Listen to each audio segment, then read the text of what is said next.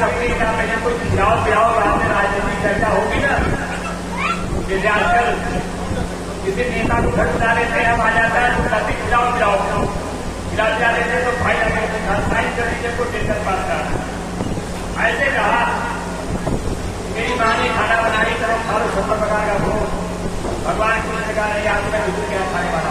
विष्णु के भागा पीछे गया घर, जाके जुगानी से कहा देखो बात का बड़ा पट्टा कहा है तो आएगा जरूर, तुम आगमन को बुहारो, तब तक मैं जाके बाजार से देसी घी का लड्डू लाता हूँ, घर में कुछ है नहीं खाने।